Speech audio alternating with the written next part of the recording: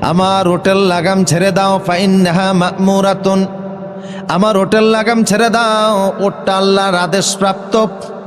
ও আমাকেও চিনে, আল্লাহকেও চিনে। আমি যে আল্লাহর রাসূল ওট ভালো করে জানে। তাকে বলা হয়েছে যেখানে আল্লাহর ইশারা হবে সেখানে ওট নিজে আমাকে নিয়ে থেমে যাবে। বোঝা গেল প্রাণীরাও রসুলকে চিনত। কথা বলেন ঠিক কিনা? যদিও আমরা চিনতে পারি নাই। প্রাণীকুল রসুলকে কেমন চিনত অন্য একটি হাদিসে এসেছে। আপনাদের কষ্ট হচ্ছে নাকি? খাইবারের যুদ্ধে বিশ্বনবী গেলেন, বিজয় করলেন। যুদ্ধের পরে গনিমতের মালের ভিতর থেকে একটি গাদা রসুলের সামনে দৌড়ে এসে আরবি ভাষায় আল্লাহর নবীকে সালাম জানালো। মাতৃভাষায় নয়, আরবি ভাষায়। সকল প্রাণীর নিজস্ব একটা ভাষা আছে না নাই? রসুল অবাক হয়ে গেলেন, বললেন, হে নবী, আমি এমন এক প্রাণী, নবী ছাড়া কেউ আমার পিঠে আর বসে নাই।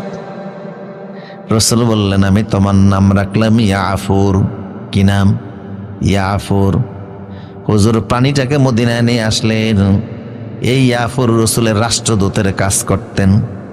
সাহাবায়ে কেরামের বাড়ি চিনতেন, সাহাবায়ে কেরামের নাম জানতেন, সাহাবায়ে কেরামের চেহারা চিনতেন। আল্লাহু আকবার।